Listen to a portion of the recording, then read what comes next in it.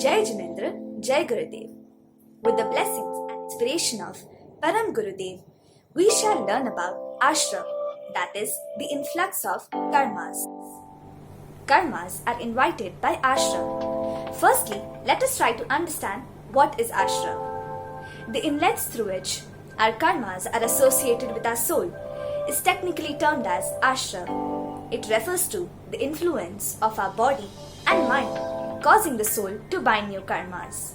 Consider the soul a boat, Ashrav like the holes, and water like the karmas. If we don't close these holes, we shall keep attracting new karmas and thus sink into the worldly life. Beware of the 5 different reasons for inviting karmas.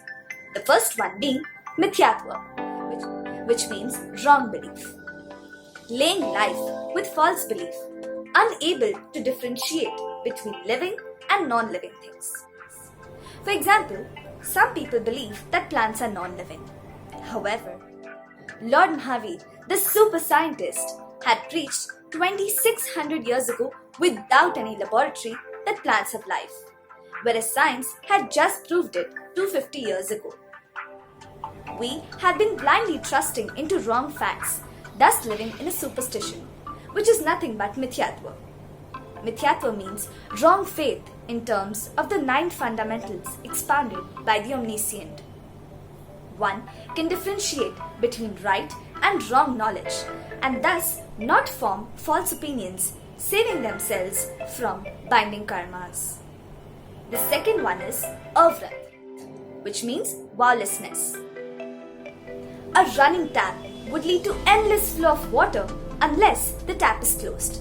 Similarly, if we don't take a pledge, we shall keep binding new karmas.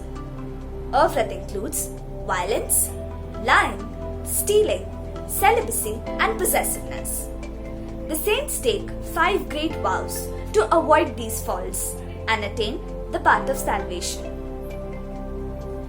In case of lies, we often lie to our parents about attending college lectures, events, or seminars and jump into booths and sneak into ballrooms.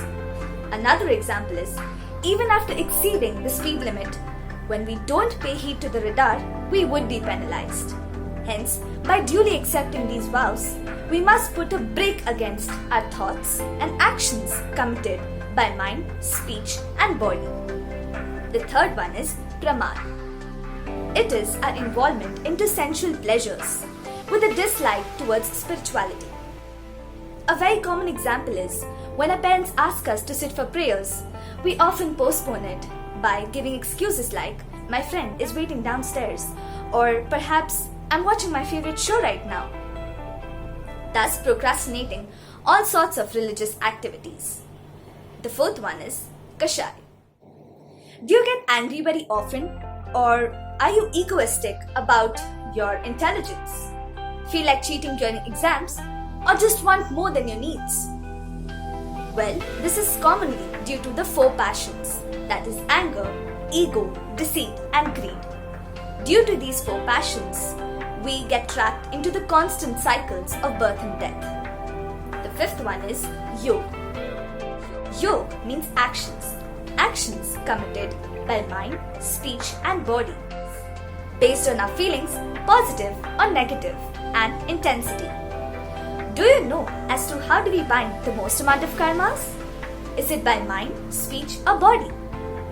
Well, let us understand through 2 short stories. The first one is, there were 2 fishes, one that was as large as a whale and the other that was as tiny as a rice grain. This little fish used to observe the enormous fish every day. Now the huge fish would intake thousands of fishes when it would open its mouth. The next time when it would open its mouth, so many would come. Now this tiny little fish thought that this big fish is so foolish. I would have eaten them all. After that, it immediately goes to the 7th hell due to its violent thoughts, while the big fish goes to the 3rd hell. Another story is, there was a butcher who used to kill 500 buffaloes every day. Now the king had to stop him, so he asked his soldiers to drop him down a huge deep well. But But this man couldn't resist the fact, and he took the mud lying there and drew 500 buffaloes on the wall and started cutting them one after the other. And then he went to hell upon death. So friends, we understood that we bind most amount of karmas through our mind. Even though the big fish intaked thousands of fishes, yet went to the third hell, while the tiny little fish went to the seventh hell due to its bad thoughts. It might be crunching bad memories 5 years back, or having negative vibes for certain elements we meet across our daily life, or possess grudges and animosity for people. Everything is based on our thinking. So friends, today we understood the bondage of karmas by Ashrav, either by wrong belief, by not taking a pledge, procrastinating spirituality, or not able to control your passions. We must understand that until and unless we have a single karma, we cannot attain the path of salvation.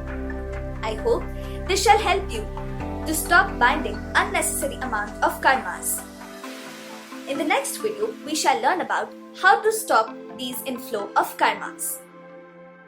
If you found this video truly an eye-opener, stay tuned for more such secrets revealed by Lord Mahavir. Subscribe to our channel and hit the like button.